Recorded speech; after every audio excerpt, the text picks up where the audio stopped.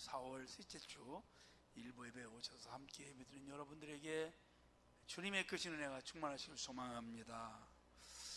우리가 오늘 찬양을 함께 부른 것 중에 낮엔 해처럼 밤엔 달처럼 그렇게 살 수는 없을까, 예수님처럼 바울처럼 우리는 살아갈 수 없을까라고 함께 불렀습니다. 어떻게 살아가야 될까? 답이 나온 것 같습니다. 예수님을 닮아가고 바울을 닮아가서 우리도 그렇게 살아가는 것이 삶의 모습입니다. 찬송가 463장도 보면 신자 되기 원합니다. 진심으로 진심으로. 사랑하기 원합니다. 진심으로 진심으로. 거룩하기 원합니다. 진심으로 진심으로. 예수 닮기 원합니다. 진심으로 진심으로. 그렇습니다.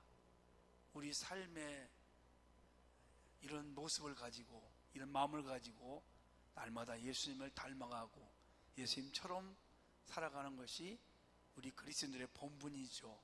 그렇지만 우리는 예수님처럼은 꼭 살아갈 수는 없습니다. 그러면 예수님의 제자들처럼 오늘 우리가 읽은 성경의 말씀에 나오는 인물 베드로와 요한처럼 그렇게 좀 살아가려고 노력을 할 수 있기를 간절히 소망합니다. 제가 여러분에게 한번 질문을 해보겠습니다. 이 질문은 좋은 것도 되고 또 안 좋은 것도 될 수가 있어요. 만약에 여러분의 삶이 이 땅에서 6개월밖에 남지 않았다. 여러분은 어떻게, 무엇을 하며 살아가시겠습니까? 한번 생각해 보신 분 계십니까? 아까 나 영상을 보니까 내일 딸에게 바나나를 사준다고, 바나나죠? 토마토, 네. 토마토를 사준다 하는데 그걸 못 사주고 그날 전날 밤에 큰 지진이 나서 가정이 깨지고 많은 사람이 죽었어요. 만약에 내가 내일 죽는다면, 이 세상이 끝난다면 어떻게 될까? 아니, 한 6개월 정도 남았다면 여러분이 6개월 동안 어떤 마음을 가지고 살아가시겠어요? 그 질문을 한 사람이 있습니다. 그리고 겪어본 사람이 있습니다. 중국의 이지안이라는 여성분인데요, 이분은 외국에서 공부를 하고 중국에 돌아와서 중국의 유명한 명문대학, 세계 100대 대학에 들어가는 학교의 교수로 한창 인기를 얻고 있을 때입니다. 그리고 같은 대학 교수인 남편과, 잘생긴 남편과 함께 결혼해서 재롱을 막 부리는, 정말 세상에 남부를 곳이 없는 행복한 가정을 꾸려가고 있었어요. 근데 몸이 좀 안 좋아서 병원에 가서 진찰을 받았는데 너무너무 놀라운 의사로부터의 선고를 받습니다. 말기암입니다. 이제 앞으로 6개월밖에 살지 못합니다. 믿을 수가 없었습니다. 내가 말기암이라니, 내가 6개월밖에 살 수 없다니, 그럼 이제 어떡하느냐, 고통 속에 하루하루를 보내고 있었습니다. 그런데 며칠 후에 마음을 딱 잡습니다. 그래, 6개월 산다면 내가 6개월 동안 보람 있는 삶을 좀 살아야 되겠다, 이렇게 생각하면서 지난날의 삶을 먼저 돌아봤습니다. 지난날의 삶을 돌아보니까 후회가 너무 많은 주마등처럼 스쳐갔습니다. 그리고 책을 쓰는데 오늘 내가 살아가야 할 이유라는 책을 쓰기 시작했습니다. 그러면서 자기의 생을 돌아보면서 지금까지 자기 목적을 이루기 위해서 열심히 달려온 그 삶을 돌아보았습니다. 그러면서 가까이 있는 사람 손을 한 번 더 잡아보지 못하고, 바쁘다고 함께 더 좋은 시간 못 가진 것이 너무너무 후회가 됐어요. 그래서 그분이 이런 말을 했습니다. 자기 아들을 묻게 안으면서 사랑은 나중에 하는 것이 아니라 지금 바로 하는 거야. 이 순간에 사랑은 하는 거야. 그럴 수 있죠, 여러분요. 이 다음에 하다 보면, 내일 하다 보면 못할 때가 있는 겁니다. 사랑은 지금 이 순간에 하는 것이라고. 그러면서 6개월 동안을 가까이서 자기 사랑하는 남편, 자녀, 가까운 친구, 이웃들과 좋은 시간을 보내다가 결국 인생을 마감하게 되었다는 그런 일화가 있습니다. 사랑하는 여러분, 우리가 어떻게 살아가야 될까요? 답은 다 하나 나와 있습니다. 남을 위해 사는 겁니다. 왜 여러분 공부할 거고요? 왜 돈을 벌어야 돼요? 왜 여러분 그렇게 성공해야 됩니까? 왜 그래요, 여러분? 답이 있으십니까? 답이 있겠죠. 잘 살려고, 내가 행복하려고, 내가 편안하게 살아보려고, 내가 돈을 벌고, 내가 노력하고, 내가 애쓰고 수고하고 성공하려고 하는 거 아니겠습니까? 그러나 우리 믿음의 사람들은 나가 아니라 남을 위해서 돈을 벌어야 됩니다. 남을 위해서 성공을 해야 됩니다. 예수님의 삶이 그렇잖아요. 자기가 대접받아야 되고 자신이 영광을 받아야 되는데 이 땅에 오셔서 늘 남을 위해 살잖아요. 바울도 마찬가지죠.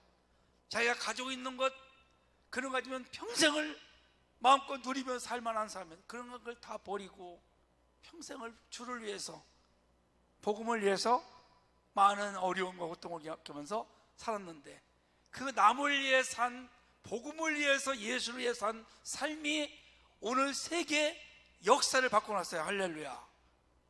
그래서 이유가 있어요. 사는 이유가, 돈을 버는 이유가 있고요.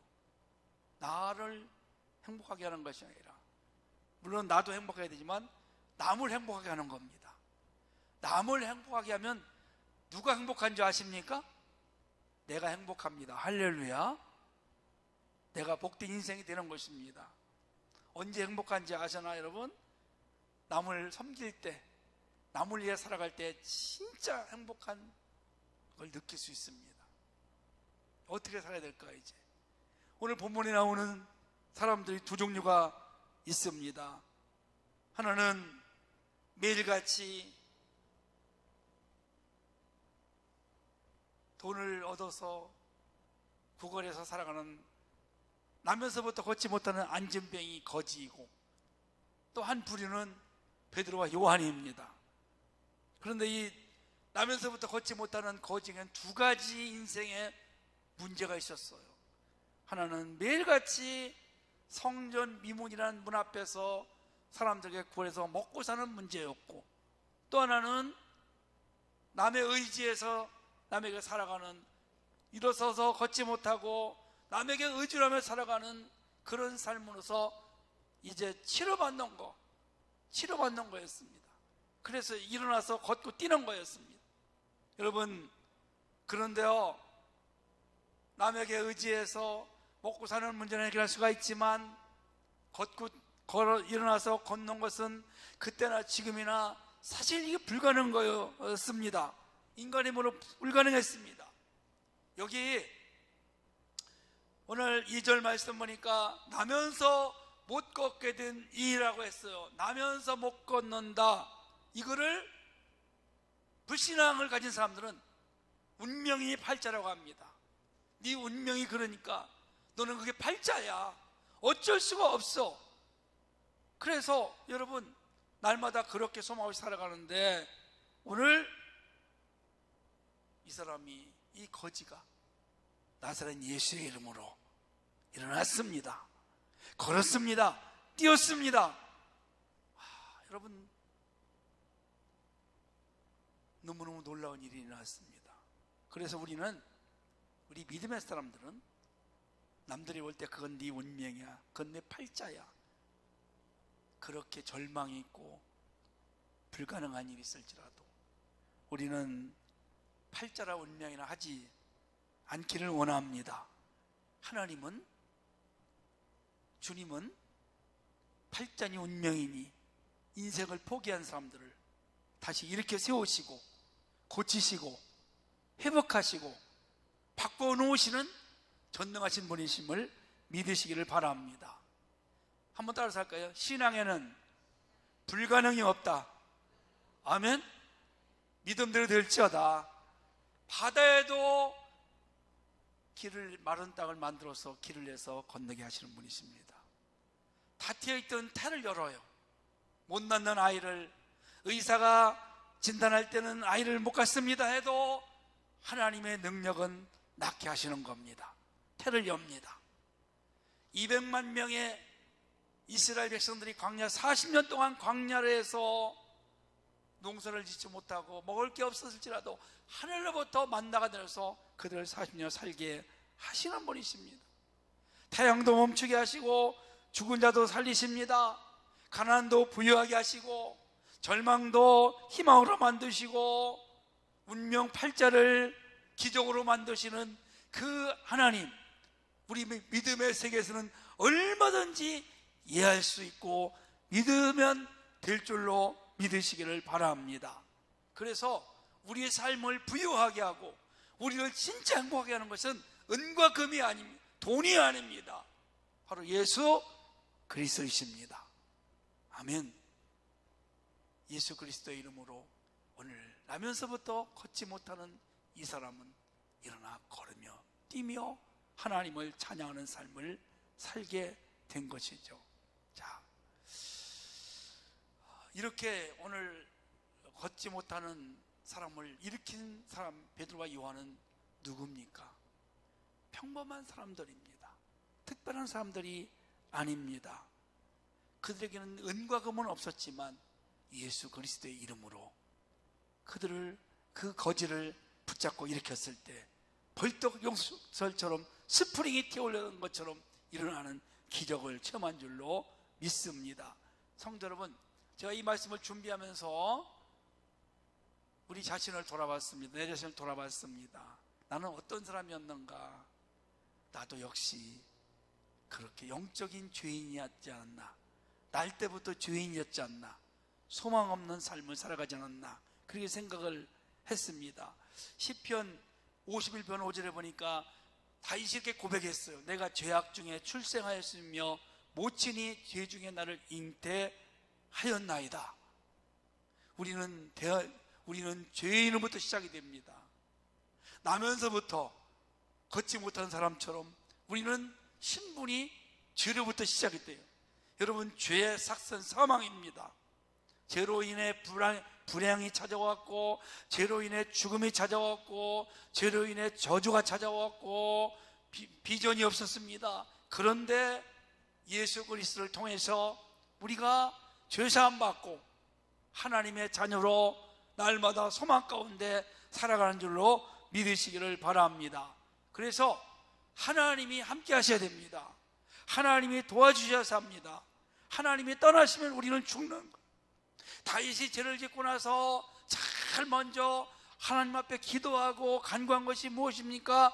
성신이여 떠나지 마소서, 성령님 떠나지 않게 해달라고 했어요. 하나님이 떠나면 아무것도 아니라는 것을 다윗은 정말 통곡하면서 기도하고 있는 것을 우리는 볼 수가 있습니다. 그래서 이렇게 고백했으면 좋겠어요. 오늘 하루하루 살아가는 것은 내 힘과 능력이 아니라 하나님의 은혜입니다. 하나님, 나에게 긍휼을 베풀어 주시옵소서. 나를 불쌍히 여겨 주시옵소서. 나를 도와주시옵소서. 이런 고백이 날마다 여러분의 입술 중에 나타나시기를 주의 이름으로 축원합니다. 그럼 어떻게 해서 평범한 이 베드로와 요한이 불가능한, 걷지 못하는 그런 안진뱅이를 일으켜 세웠을까요? 첫째는 항상 기도하는 사람들이었습니다. 기도는요, 불가능을 가능케 하십니다. 이 두 사람이, 두 사람뿐이 아니라 120명이 주님의 약속을 붙잡고 마가다락방에서 열흘 동안 뜨겁게 기도하고 성령을 받습니다. 성령으로 충만했습니다. 이 사람들이요, 그때부터 담대하게 시작한 거예요. 겁이 없는 사람들이었어요. 근데 여러분, 원래는요, 기도하기 전에는 겁쟁이들이었어요. 아시겠지만 베드로가 어린 여자아이 앞에서 너도 예수님하고 한 패지 한 당이지, 그러니까 나는 예수님 모른다고, 그분은 모른다고 3번이나 부인하고 나중엔 저주까지 죽을까봐 두려워서 그렇게 비겁받던 자였습니다. 그런데 예수 믿고 나서, 예수님 만나고 나서 그 사명을 받고 순종하고 열흘 동안 답게 기도할 때 성령 받고 나서, 그때부터 베드로는 나약한 자, 비겁한 자가 아니라 담대한 자, 성령의 권능으로 가득 찬 자가 된 줄로 믿으시기를 바랍니다. 성도 여러분, 우리가 성령 받기 위해서 막 기도합니다. 성령을 받았어요. 여러분, 그걸로 끝나는 게 아닙니다. 베드로와 요한은 성령 충만을 받고 멈춘 것이 아니라 계속 기도합니다. 어떻게 기도합니까? 하루에 3번씩 기도를 하는 겁니다. 오늘도 9시에 기도하러 올라가다가 이 못 가게 된 안진뱅이를 이렇게 세웠어요. 아멘. 이스라엘 사람들은 하루에 3번씩 정해놓고 기도를 합니다. 9시, 12시, 3시입니다. 9시에 오늘 베드로와 요한은 기도를 올라가다가 정말 너무너무 놀라운 기적을 나타나게 된 것을 볼 수 있습니다. 사랑하는 여러분, 우리가 기도하는 것이 얼마나 중요하고, 그런데 또 더 중요한 것은 습관적으로 기도하는, 정해놓고 기도하는 것이 너무너무 위대합니다. 다니엘을 보십시오. 다니엘이 사자굴에 들어간 줄 알면서도 기도하는 것 때문에 사자굴 들어가요. 사자밥이 되는 겁니다. 그럼에도 불구하고 하루에 3번씩 창문을 열고 예루살렘을 향해서 기도하는 거 쉬지 않아요. 기도는 쉬지 않고 계속적으로 지속적으로 하는 것이 중요합니다. 한 번, 2번 했다고 끝나는 것이 아닙니다. 계속. 그래서 뭐라고 합니까? 쉬지 말고 기도하라. 저를 한번 따라서 할까요? 쉬지 말고 기도하라. 아멘. 쉬지 말고 기도하라 했어요. 호흡과 같다고 했습니다. 이스라엘 사람들은 그걸 하나님께서 주신 순종하기 위해서 어떻게 하냐면, 집을 지을 때 우리나라 사람들은 창문을 어느 쪽으로 냅니까? 동서남북 어디로 냅니까? 대부분이 남쪽으로 내잖아요. 이스라엘 사람들은 창문을 어느 쪽으로 내냐? 예루살렘 성전을 향해서 내는 거예요. 왜? 성전에 계신 하나님을 바라보고 기도하려고. 제가 여러 번 말씀드렸는데, 비행기를 타고 가다가도 기도 시간이 되면 몸을 돌려가지고 성전을 향해서 기도를 하는 거예요. 비행기 안에서. 차를 마시다가도, 식사를 하다가도 기도 시간이 되면 몸을 돌려서 잠깐 성전을 향해서 기도하고, 그리고 식사를 하고 차를 마시고. 항상 그들의 마음속에는 성전을 바라보고. 왜?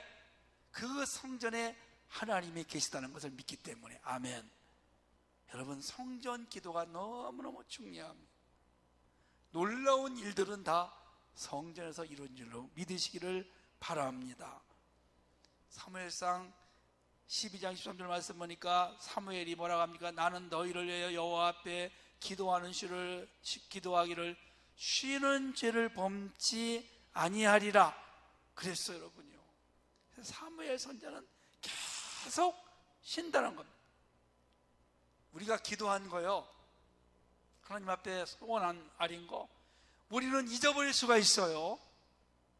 오래돼서 잊어버릴 수가 있는데 하나님은 절대 잊어버리지 않습니다.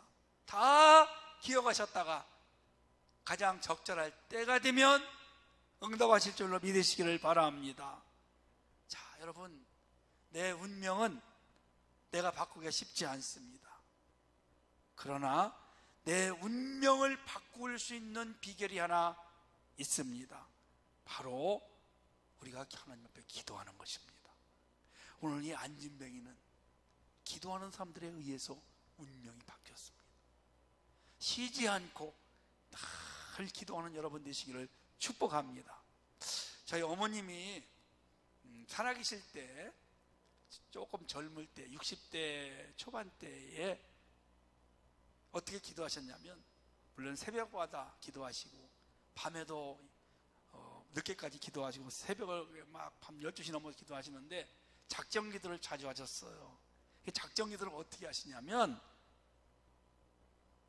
콩 있지 여러분, 콩을 50개, 노란 콩을 50개를 딱 세워놓고 그 콩을 가지고 다니면서 기도하시는 거예요.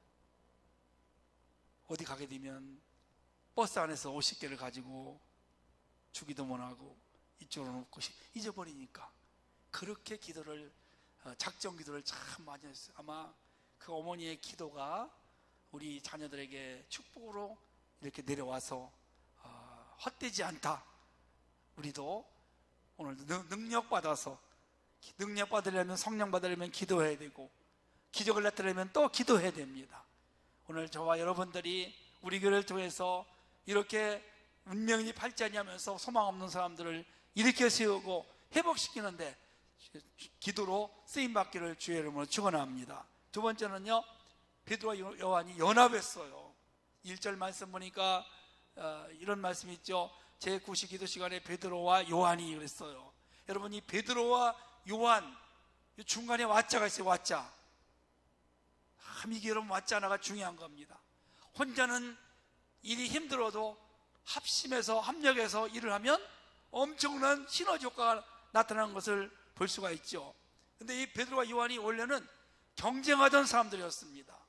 자, 예수님이 로마로부터 이스라엘 해방시키면 서로 우측 좌측에 우의정 좌의정을 하려고 했던 사람이어서, 특별히 요한의 어머니는 살로메인데요, 예수님에게 찾아왔어요. 노골적으로 주의 나라가 임하면 우리 아들을 주의 우편에 앉게 해주십시오. 그러니까 한마디로 해서 옛날에 그 치맛바람 같은 그런 청탁을 했던 사람 중에 하나였습니다. 그리고 베드로와 요한은 너무 안 맞아요. 나이가 안 맞습니다. 베드로는 나이가 많고 요한은 나이가 적습니다. 베드로는 성격이 불같아요. 요한은 차분합니다. 지적인 면에서 베드로는 배운 것이 없는 고기 잡던 어부였지만 요한은 지식을 가진 그런 부유층에 있었어요. 베드로는 가난했지만 요한은 부자였습니다. 절대 맞을 수가 없어요. 하나가 될 수가 없어요. 연합할 수가 없어요. 그런데 성도 여러분, 그들이 성령을 받고 예수님을 중심에 모시니까 나이를 초월하고 지식을 초월하고 성격을 초월하고 모든 것을 초월해서 와로 하나로 묶어서 오늘 협력해서 선을 이루는 놀라운 역사가 일어난 줄로 믿습니다. 그래서 우리가 교회가 늘 가정이 어디서나 화목해야 돼요. 하나가 되셔야 돼요. 교회에도 마찬가지입니다. 목사와 성도. 제가 앞에 이름을 보면 여러분 뒤에 한번 해보세요. 목사와 성도와 성도. 또 아내와 남편, 부모와 자식, 이렇게 형제와 자매 하나가 되면 와를 중심으로, 그 와가 예수 그리스도를 상징합니다. 이렇게 연합할 때 놀라운 역사를 할 줄로 믿습니다. 세 번째는요, 예수의 이름으로 일으켰어요. 6절 말씀을 보면 베드로가 이르되 은과 금은 내게 없거니와 내게 있는 이것을 내게 주노니 나사렛 예수 그리스도의 이름으로 일어나 걸으라. 예수의 이름은 능력이 있습니다. 기적을 나타냅니다. 여러분, 베드로가요, 은과 금은 없다고 했어요. 우리도 그렇습니다. 목사님, 저는 돈도 없고 배운 것도 없고 능력도 없고 아무것도 없습니다. 맞습니다. 그러나 여러분, 돈이 있다고 능력이 있다고 지식이 있다고 큰일 하는 거 아닙니다. 우리는 아무것이 없어도 예수 그리스도의 이름을 부르면, 주님의 이름을 의지하면, 믿음으로 의지하면 반드시 역사가 일어날 줄로 믿으시기를 바랍니다. 나사렛 예수의 이름에는 힘이 있습니다. 일으켜 세울 수 있습니다. 사람을 변화시킬 수 있습니다. 그렇기 때문에 우리는 오늘 예수님의 이름을 부르셔야 됩니다. 아픈 분이나 연약한 분이나 지금 절망 있는 사람이나 모든 것이 막히는 사람, 예수의 나사렛 예수를 부를 때 거기에 역사가 나타나고 능력이 나타나고 치유가 나타나고 회복의 역사가 임할 줄로 믿으시기를 바랍니다. 베드로와 요한은 아무것도 없었어요.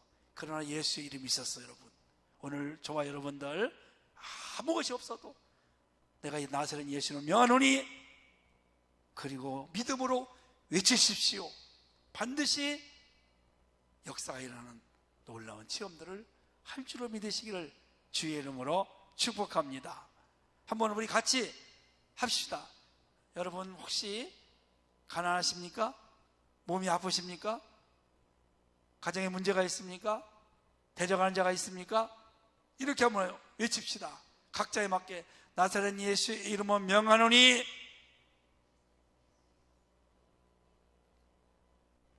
그렇게 작게 해도 되겠어요? 뭐 마귀야 떠나가라, 병마에 치유되라, 가난한 물러가라, 이렇게 여러분에 맞게 한번 하겠습니다. 시작.